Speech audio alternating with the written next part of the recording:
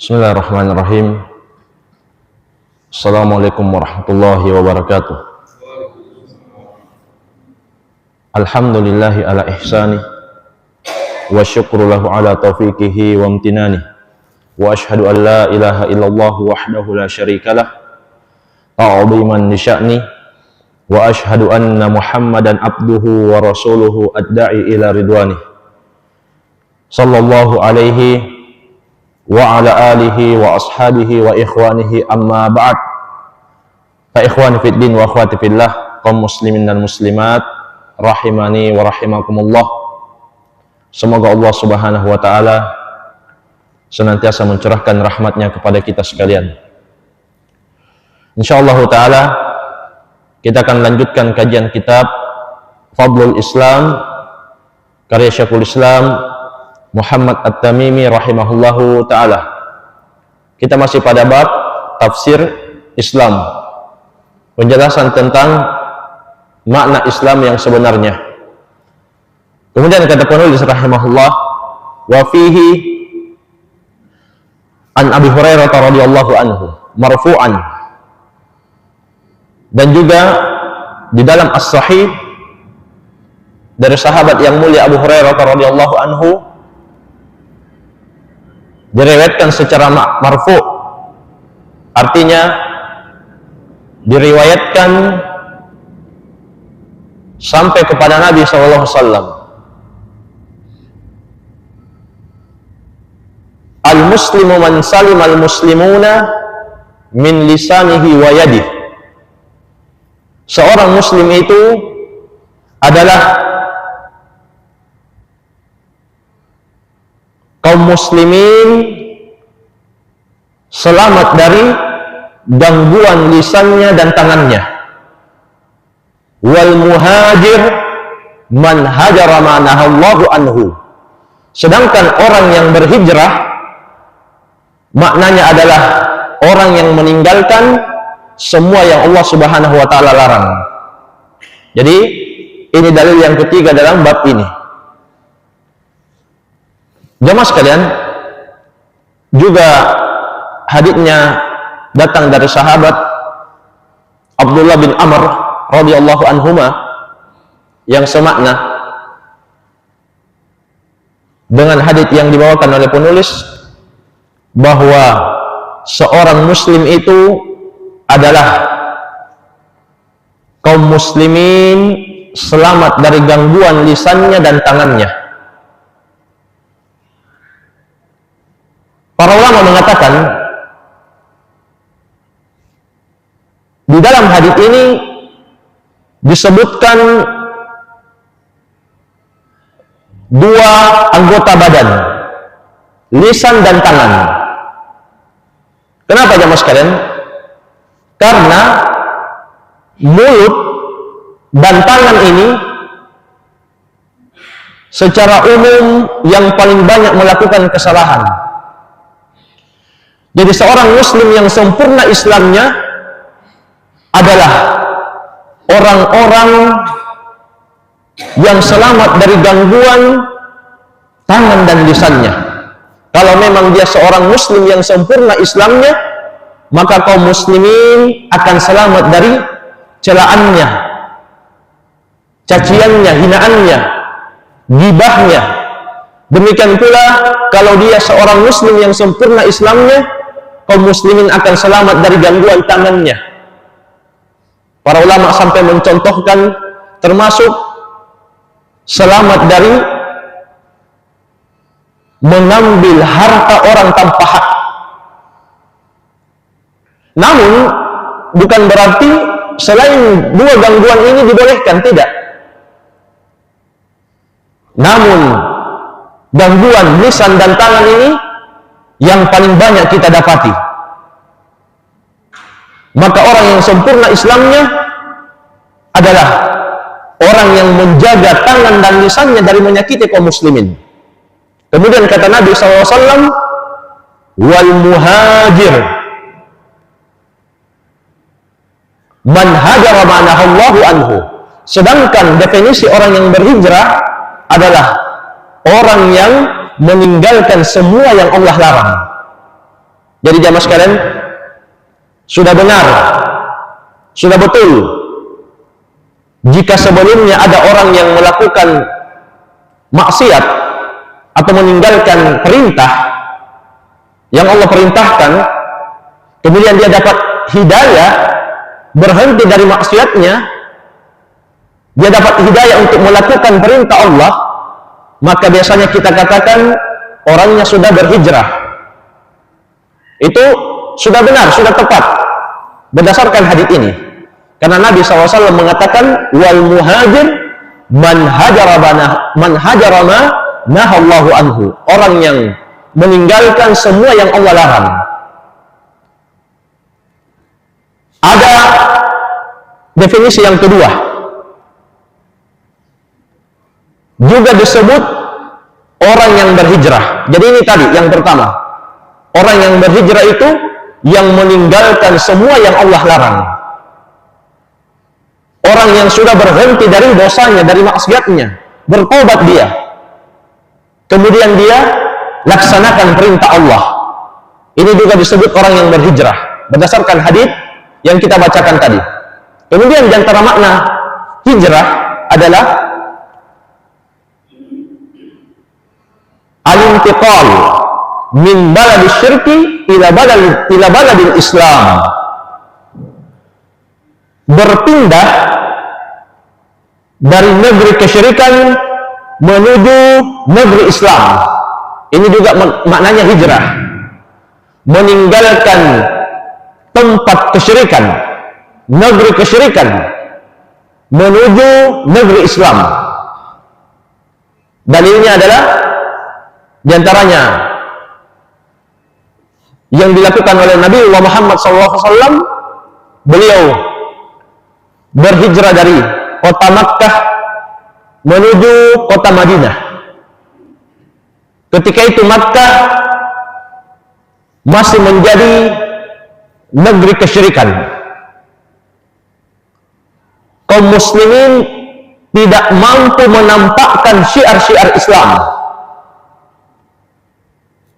tidak mampu menampakkan ibadah hanya kepada Allah,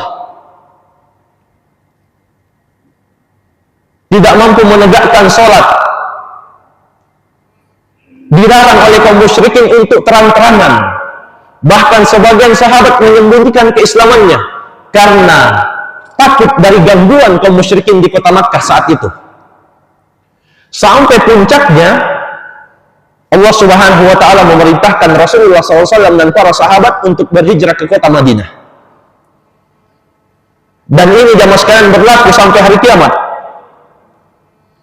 Sebagaimana kata Nabi SAW, la tanqati'ul hijrah hatta tanqati'at taubah.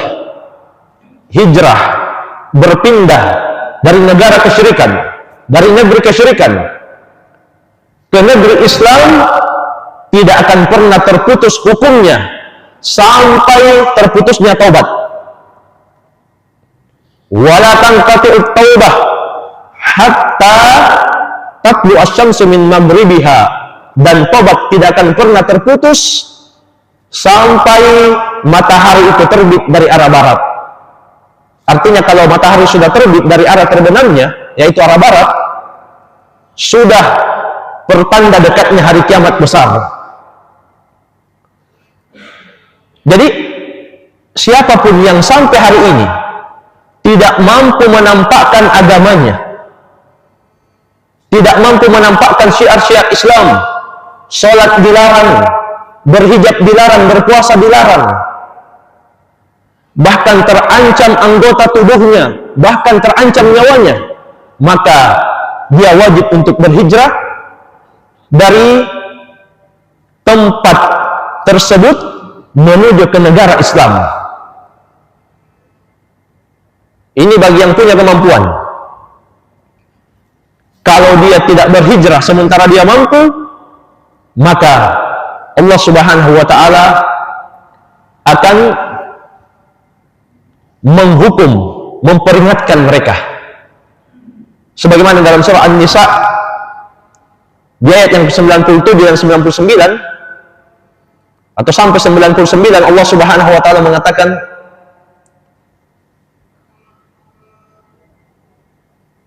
innal ladzina tawaffahumul malaikah zalimi anfusihim, sesungguhnya orang-orang yang diwafatkan oleh para malaikat dalam keadaan menzalimi diri-diri mereka. Qalu fima kuntum, maksudnya di sini dia menzalimi, dia tidak bisa beribadah dengan baik, dengan tenang kepada Allah. Selalu ditindas, ditekan, diganggu, terancam dia. Lalu dia meninggal, diwafatkan oleh para malaikat. Maka para malaikat bertanya kepadanya, fima kuntum, kalian itu berada di kelompok mana sebenarnya? Maka orang yang diwafatkan ini mengatakan, qalu kunna mustad'afina fil ardi, kami ini orang-orang yang tidak sanggup berhijrah. Kemudian para malaikat mengatakan lagi, qalu alam takun ardullahi wasi'ah fatuhajiru fiha, bukankah bumi Allah itu luas sehingga kalian bisa hijrah ke sana? Faulaika ma'wahum jahannam wa sa'at masira, maka kata Allah Subhanahu wa taala, mereka inilah tempat kembalinya jahannam, dan itulah seburuk-buruk tempat kembali. Ini bagi orang yang mampu berhijrah tapi dia tidak mau, padahal agamanya sudah terancam.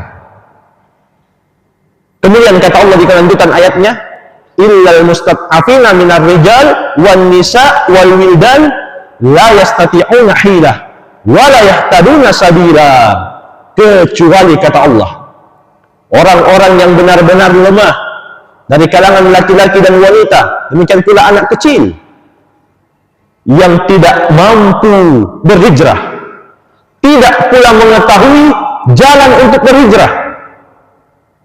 Kemudian Allah lanjutkan ayatnya, faulaika asallahu ayya'fu anhum, mereka itulah orang-orang yang mendapatkan maaf dari Allah Subhanahu wa taala. Wa kana Allahu afuwan ghafura, dan adalah Allah Subhanahu wa taala Maha Pengampun lagi Maha Pemaaf. Ini surah An-Nisa mulai dari ayat 97 sampai 99. Jadi orang yang mampu berhijrah, berpindah dari negara syirik, negara kufur kepada negara Islam, supaya dia bisa menegakkan syiar-syiar Islam, supaya dia bisa beribadah dengan tenang, menampakkan keislamannya, tapi dia tidak lakukan hijrah tersebut, dia terancam dalam ayat ini. Kecuali yang memiliki dua udzur, dia tidak mampu berhijrah karena mungkin tidak ada biaya, atau dia tidak tahu jalan untuk berhijrah, maka ini kata Allah orang yang mendapatkan maaf. Karena itu jamaah sekalian, ini berlaku sampai hari ini, bahkan berlaku sampai hari kiamat. Siapapun yang tidak bisa menampakkan keislamannya, beribadah dengan tenang di negara-negara non-muslim, wajib mereka berhijrah. Karena itu orang yang melakukan perjalanan ke negara-negara non-muslim tidak boleh dia lakukan perjalanan kecuali dia harus penuhi 3 syarat. Jadi orang yang mau melakukan safar, perjalanan ke negara-negara kafir, ke negara-negara non-muslim, mereka tidak boleh atau tidak dibolehkan kecuali memenuhi 3 syarat. Ini demi keselamatan agama, demi keselamatan akidahnya. Syarat yang pertama, ayyakuna musafiran litakhasusat la tujad fi biladihi, dia melakukan perjalanan ke negara-negara non-muslim punya maksud khusus yang tidak dia dapati di negara Islam atau di negara dia tinggal. Seperti apa misalnya? Ada ilmu kesehatan yang belum ada di negaranya, dia pun bertujuan untuk safar ke negara non-muslim untuk mempelajarinya demi kemaslahatan Islam dan kaum muslimin. Jadi bukan untuk jalan-jalan, punya tujuan khusus yang dia tidak dapati di negaranya. Ini yang pertama. Yang kedua, ayyakuna indahu ibadatun, atau sebelumnya ayyakuna ladaihi ilmun yadfa' bihi syubhatul al-mu'minin al-munassirin wa ghairil munassirin. Dia punya ilmu yang cukup, maksudnya ilmu agama, untuk membentengi dirinya dari keraguan-keraguan, kerancuan-kerancuan yang dilemparkan oleh orang-orang sesat. Demikian pula yang dilemparkan oleh misionaris-misionaris dan semisalnya yang punya tujuan untuk memurtadkan kaum muslimin. Harus dia punya ilmu untuk membentengi, menjaga dirinya dan keluarganya dari syubhat-syubhat yang dilemparkan oleh orang-orang yang sesat dan misionaris-misionaris yang punya tujuan untuk memurtadkan kaum muslimin sebanyak-banyaknya. Ini syarat yang kedua. Syarat yang ketiga, dia boleh melakukan safar, perjalanan ke negara non-muslim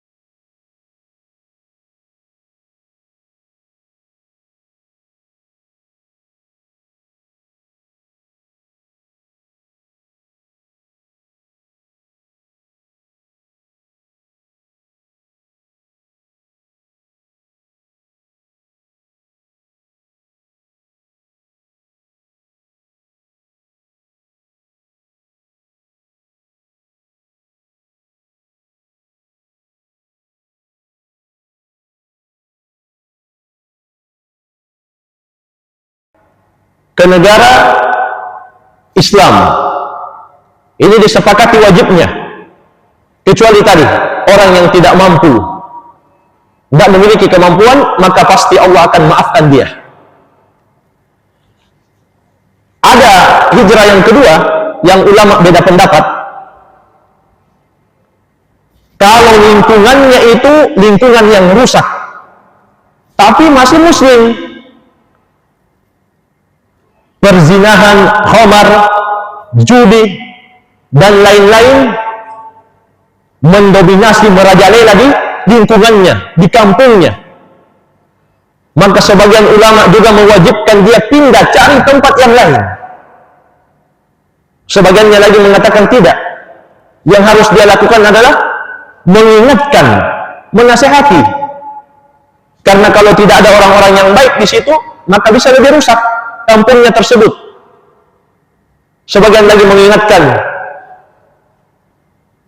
kewajiban itu, kalau dia meyakini dirinya tetap tinggal di lingkungan yang seperti itu, dirinya bisa terseret dengan dosa-dosa yang mendominasi di situ.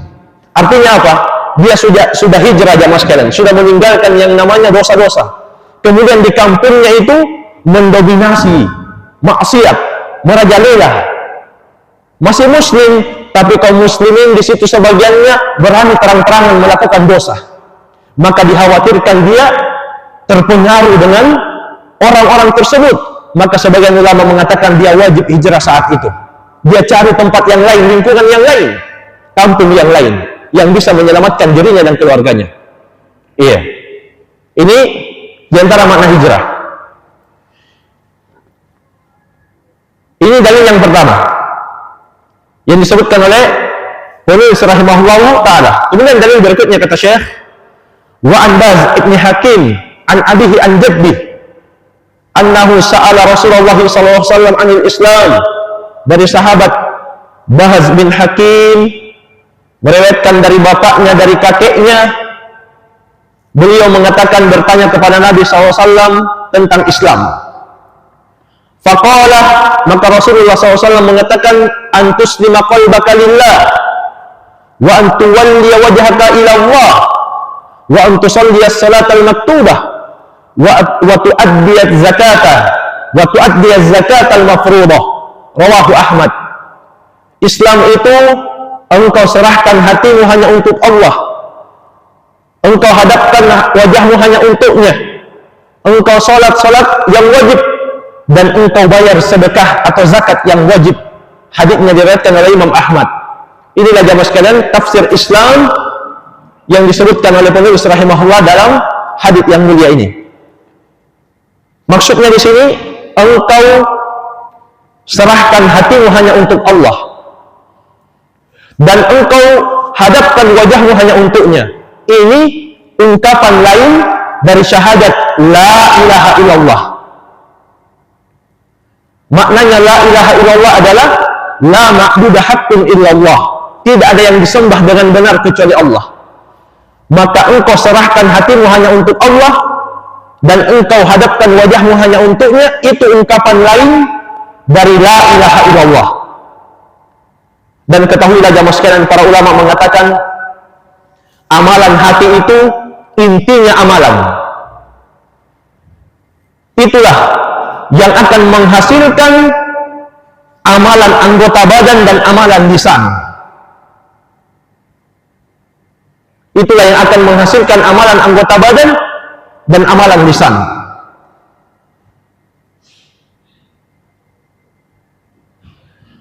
Karena itu Nabi kita yang mulia Muhammad sallallahu alaihi wasallam, beliau pernah mengatakan,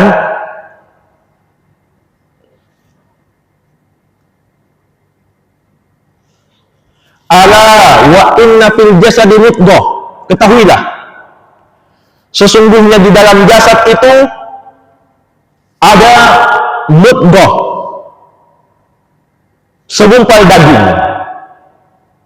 Idza salahat salahal jasadu kulluh, kalau segumpal daging itu bagus, maka jasad akan ikut bagus semuanya. Wa idza fasadal jasadu kulluh, tapi jika segumpal daging itu rusak, kotor, maka jasad juga akan rusak seluruhnya. Ala wahiyal qalb, ketahuilah kata Nabi SAW, itulah segumpal daging yang dimaksud adalah hati manusia. Ini hadis muttafaqun alaih, Al-Bukhari dan Muslim mengeluarkannya dari sahabat yang mulia Nu'man bin Bashir radhiyallahu anhuma.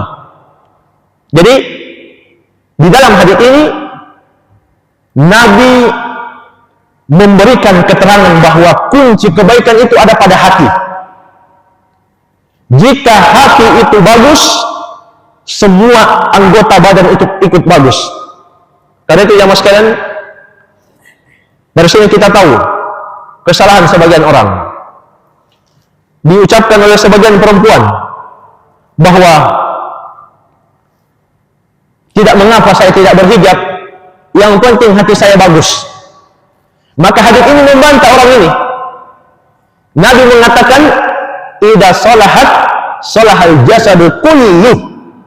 Jika memang hatinya bagus, maka semua anggota badan ikut bagus, termasuk berjilbab. Jika hatinya bagus, pasti akan terpancar keluar amalan yang taat, yaitu berjilbab. Iya. Sampai-sampai ya mas sekalian, ini perintah langsung dari Allah. Di dalam Al-Quran, ya ayuhan nabi, wahai nabi, kulli azwajika wa banatika wa nisa'il mu'minin, katakanlah kepada putri-putrimu, kepada istri-istrimu, dan kepada wanita-wanita muslimah, yudnina alaihinna min jalabibihinna, supaya mereka semua menutupkan jilbab-jilbab mereka ke seluruh tubuh mereka. Ini perintah langsung Allah Subhanahu wa taala kepada Rasulullah SAW. Dan tanda hati bagus diantaranya melaksanakan perintah Allah, yaitu berjilbab. Sebaliknya kata Nabi, wa idza fasadat, kalau hati itu rusak, fasadal jasadu kulluh, maka semua jasad anggota badan akan ikut rusak. Tidak mungkin ada kebaikan yang lahir dari hati yang rusak, jamaah sekalian. Para ulama mengatakan hati itu adalah komandan anggota badan, pimpinan anggota badan. Dia yang akan memerintah seseorang ke kanan atau ke kiri. Makanya penafsiran Islam yang Nabi sebutkan adalah antuslima qalbaka lillah. Kamu serahkan hatimu hanya untuk Allah. Takutmu, cintamu, harapmu, minta tolongmu, tawakalmu, kamu serahkan hanya kepada Allah yang satu saja. Wa antuwalliya wajhaka lillah, wa antuwalliya wajhaka ilallah, dan engkau hadapkan wajahmu kepada Allah. Di antaranya sholat. Wajah itu anggota badan yang paling mulia untuk manusia. Namun ketika kita menghadapkan diri kita sholat di hadapan Allah, kita tundukkan anggota badan yang mulia ini di hadapan Rabbul Alamin. Kita tundukkan ke tanah, kita sujud. Maka itulah jarak terdekat, jamaah sekalian, seorang hamba dengan Rabbnya. Sebagaimana kata Nabi SAW, aqrabu ma yakunul abdu min rabbihi wa huwa sajid fa'akthir du'a. Jarak yang paling dekat ketika sholat antara hamba dengan Rabbnya adalah sujud, maka perbanyaklah doa di situ. Kemudian wa antusalliya salatal maktubah. Tafsir Islam juga engkau salat yang wajib. Ini nasihat juga untuk sebagian saudara kita jamaah sekalian. Setelah berlalunya Ramadan, mereka tidak salat lagi. Itu alamat kegagalan amalan mereka. Sebaliknya, orang yang masih tetap ibadah walaupun keluar Ramadan, itu alamat suksesnya diterimanya amal ibadahnya. Karena Allah Subhanahu wa taala berfirman dalam surah Ar-Rahman di ayat yang ke-60, hal jazaul ihsan illal ihsan. Tidak ada balasan kebaikan kecuali kebaikan juga. Kalau memang amalan kita diterima, maka balasannya Allah akan memberikan taufik kepadanya untuk beramal selanjutnya. Itu ciri diterimanya ibadahnya. Kalau ibadahnya sukses di bulan Ramadan, maka Allah akan bimbing dia untuk tetap beribadah di luar bulan Ramadan. Kalau dia sudah sholat wajib di bulan Ramadan, ciri bahwasanya ibadahnya diterima, dia akan tetap sholat wajib walaupun di luar Ramadan. Karena itu kata para ulama, di antaranya Imam Ibnu Rajab rahimahullah dalam Lataiful Ma'arif, beliau mengatakan wa anna mu'awadatas siyam ba'da siyami Ramadan alamatun ala qabuli shaumi Ramadan. Melanjutkan puasa di bulan Syawal setelah puasa di bulan Ramadan, itu alamat diterimanya puasa Ramadannya. Fa innallaha idza taqabbala amala 'abdin waffaqahu ila amalin salihin ba'dahu. Karena sesungguhnya kata Imam Ibnu Rajab rahimahullah, kalau Allah menerima amalan seorang hamba, Allah akan memberikan taufik bimbingan kepadanya untuk beramal setelahnya. Jadi semoga dengan kita berpuasa Syawal itu tanda diterimanya puasa Ramadan kita. Iya. Dan di antara keutamaan jamaah sekalian, puasa di bulan Syawal, kata Nabi SAW dalam hadits riwayat Muslim, man shoma Ramadana thumma atba'ahu sittan min Syawal kana kasyamid dahar. Siapa yang berpuasa Ramadan, kemudian dia ikutkan 6 hari di bulan Syawal, 6 hari ini kata para ulama bisa berurut, bisa terpisah. Dia ikutkan 6 hari di bulan Syawal, maka seakan dia berpuasa 1 tahun penuh. Bagaimana hitungannya? Kata Nawawi rahimahullah dalam syarah Muslim, hitungannya setiap kebaikan dikali 10. 1 bulan Ramadan dikali 10 kebaikan menjadi 10 bulan Ramadan. Seakan kita beribadah seperti 10 kali bulan Ramadan. Dan 6 hari di bulan Syawal dikali 10 menjadi 60 hari. kebaikan di sisi Allah. Itu hitungannya 2 bulan. Kata An-Nawawi, 10 ditambah 2 menjadi 12 bulan. Itulah yang dimaksud dalam hadis, seakan dia berpuasa setahun penuh. Dan mayoritas ulama dari madhab Hanafiyah, Malikiyah dan Syafi'iyah mengatakan seseorang boleh berpuasa sunnah walaupun dia belum sempat mengganti puasa wajibnya. Itu pendapat yang paling dekat dengan kebenaran dan pendapat mayoritas ulama, bahwa boleh seseorang puasa sunnah walaupun dia belum melunasi puasa wajibnya. Namun tentunya kalau dia bisa puasa wajib dulu kemudian puasa sunnah, ini lebih bagus karena keluar dari silang pendapat. Tapi seandainya waktu mepet, sempit, apalagi untuk seorang wanita, sebagian perempuan, dia mampunya hanya puasa Syawal dan mengganti utang puasa Ramadannya di hari yang lain, maka dia boleh berpuasa sunnah dulu. Iya. Sebagian yang mengatakan tidak dibolehkan karena alasannya di lafaz hadis dikatakan siapa yang berpuasa Ramadan. Maksudnya siapa yang lengkap puasanya, baru dia ikutkan 6 hari di bulan Syawal. Maka kita katakan ya mas kalian, utang Ramadan, hutang puasa Ramadan, mau dibayar sebelum puasa sunnah ataupun setelah puasa sunnah, tetap teranggap sebagai puasa Ramadan. Sebagaimana sholat, kita sholat sunnah sebelum sholat wajib, atau kita sholat sunnah setelah sholat wajib, tetap saja dikatakan sholat sunnah yang mengikuti wajib tersebut. Tetap dikatakan mengikuti. Kita kasih contoh sholat zuhur. Sholat zuhur itu punya rawatib sebelum zuhur dan punya rawatib setelah zuhur. Orang yang sholat sunnah sebelum dan setelahnya tetap dikatakan dia sholat sunnah zuhur. Tidak ada nama yang lain. Maka ini insyaallah ta'ala pendapat yang lebih dekat dengan kebenaran, bahwa bolehnya seseorang puasa sunnah walaupun dia masih punya tunggakan puasa wajib. Iya. Kemudian kata Syekh, wa tu'addiya zakatal mafruḍah. Tafsir Islam juga adalah engkau membayar zakat yang wajib. Kita sudah jelaskan di pertemuan-pertemuan sebelumnya bahwa zakat yang wajib adalah zakat harta, bukan zakat fitri. Zakat fitri itu terkait dengan Ramadan. Adapun zakat harta terkait dengan harta. Kalau seseorang punya emas sebanyak 85 gram, sebagaimana dalam hadis, atau perak sebanyak 595 gram, atau uang yang dikonversi dengan harga emas atau perak, dia sudah miliki selama setahun, wajib dia keluarkan 2,5%. Sebagaimana dalam hadis-hadis yang dijelaskan oleh Rasulullah SAW.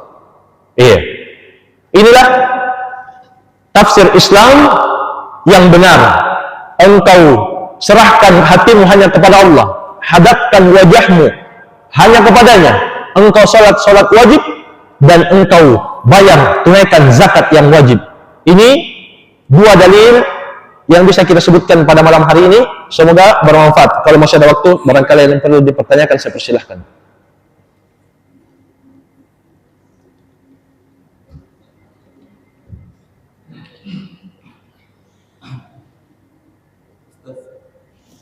Bagaimana hukumnya yang sahabat akan tuntutan pekerjaan negeri kafir? Apakah dia harus keluar dari pekerjaan itu atau? Baik. Jadi jamaah sekalian, ini pernah ditanyakan ke Syekh Al-Allamah Profesor Dr. Shalih bin Fauzan hafizahullah. Beliau salah seorang anggota Lajnah Daimah dan Hay'at Kibarul Ulama. Beliau ditanya, bagaimana dengan orang yang kerja di negeri non-muslim? Iya. Beliau hanya menjawab ringkas. Iya. Jawaban beliau adalah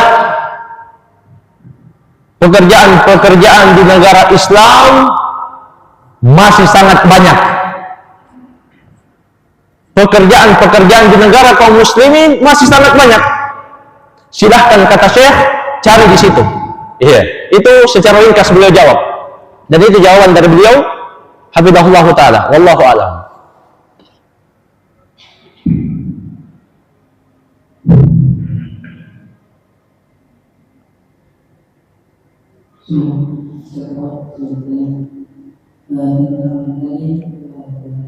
zakat harta.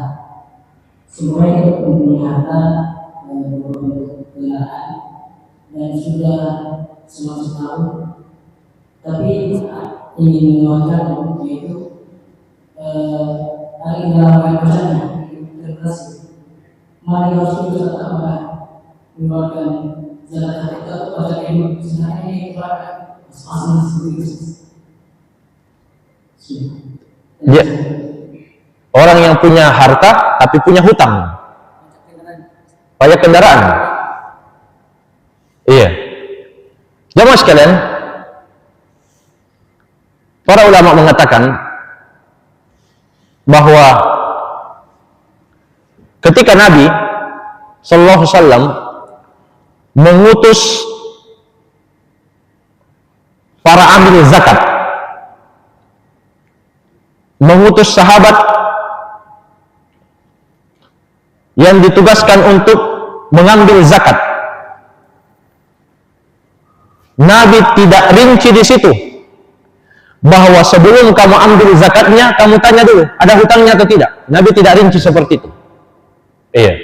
Bahkan Nabi mengatakan kepada sahabat Mu'adz bin Jabal, ketika kamu sudah dakwakan kepada penduduk Yaman syahadat kemudian sholat, kata beliau, fa'in ata'uka lidalik fa'alimhum anna Allah aftarada alaihim sadaqatan tu'khadhu min agniyaihim wa turaddu ila fuqaraihim.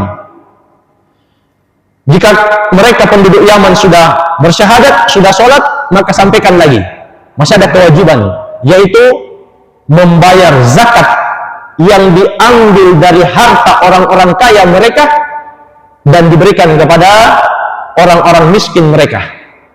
Iya. Di dalam hadis itu Nabi tidak katakan sebelum kamu tanya, sebelum kamu ambil uangnya, wahai Mu'adz, kamu tanya dulu dia masih punya hutang pajak atau tidak, atau masih ada tunggakan atau tidak. Tidak. Nabi SAW hanya mengatakan sampaikan bahwa Allah wajibkan zakat kepadanya. Iya. Dan jamaah sekalian, sebagian orang punya usaha yang besar, tapi punya juga hutang. Iya. Kalau kita katakan dia tidak wajib zakat karena punya hutang, maka orang lain bisa beralasan yang sama. Kalau begitu, hampir-hampir susah yang didapati orang yang bisa mengeluarkan zakat. Iya. Dan mengeluarkan zakat itu jamaah sekalian untuk mensucikan harta dan jiwa kita. Allah Subhanahu wa taala memuji orang-orang ini. Wa sayujannabuhal atqa alladzi yu'ti malahu yatazakka. Akan dijauhkan dari neraka orang yang bertakwa, yaitu orang yang memberikan hartanya untuk mensucikan dirinya. Dan untuk mensucikan hartanya dari apa jamaah sekalian? Mensucikan harta dari hak orang miskin. Karena di dalam harta itu ada hak orang miskin. Maksudnya mensucikan harta dari haknya orang miskin atau dari penghasilan yang tidak halal, yang tidak disengaja. Bukan harta korupsi kemudian dikeluarkan zakat dan dibersihkan, selesai, tidak. Itu tidak masuk. Yang dimaksud di situ harta halal, cuma tidak sengaja mungkin ada tercampur sedikit harta yang haram, maka dengan mengeluarkan zakatnya itu bisa mensucikan hartanya. Tapi kalau harta korupsi itu memang total 100% haram, apanya yang mau dibersihkan? Iya, ini wallahu alam. Tetap dia harus mengeluarkan zakat.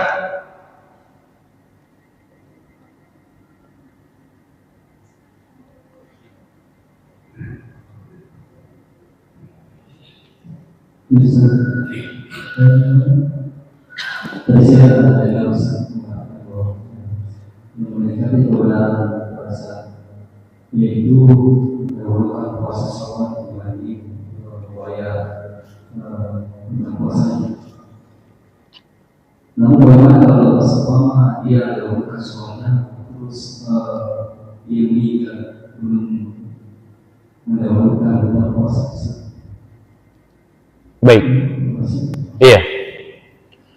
Jemaah sekalian, sebenarnya banyak lagi dalil yang menunjukkan bolehnya seseorang itu mendahulukan puasa sunnah. Di antara dalilnya adalah hadits Aisyah radhiyallahu anha. Beliau mengatakan, saking sibuknya saya melayani Nabi SAW, saya tidak mengqadha puasa Ramadan kecuali di bulan Sya'ban. Maka para ulama mengatakan kalau begitu, batas mengqadha, mengganti hutang puasa Ramadan adalah sampai bulan Sya'ban. Siapa yang tidak membayar hutang Ramadannya sampai datang Ramadan berikutnya, maka dia berdosa kepada Allah, wajib dia bertobat. Sebagian ulama mengatakan harus dia tambah dengan fidyah. Walaupun kalau kita cari dalilnya, kita katakan tidak ada dalil. Cukup dia bertobat kalau tidak membayar hutang puasa sampai datang puasa berikutnya. Kecuali kalau dia punya udzur. Iya. Nah, Aisyah mengatakan seperti itu. Para ulama menyebutkan tidak mungkin Aisyah meninggalkan semua puasa sunnah. Kalau kita katakan harus bayar hutang dulu, maka nanti tidak boleh puasa Senin Kamis, tidak boleh puasa di bulan Dzulhijjah, tidak boleh puasa Muharram. Betapa banyak kebaikan sunnah yang kita tinggalkan. Dan Aisyah orang yang paling kuat dalam mengikuti sunnah Rasulullah SAW. Dan mungkin beliau tidak puasa sama sekali sunnah di antara bulan Ramadan dan Ramadan berikutnya.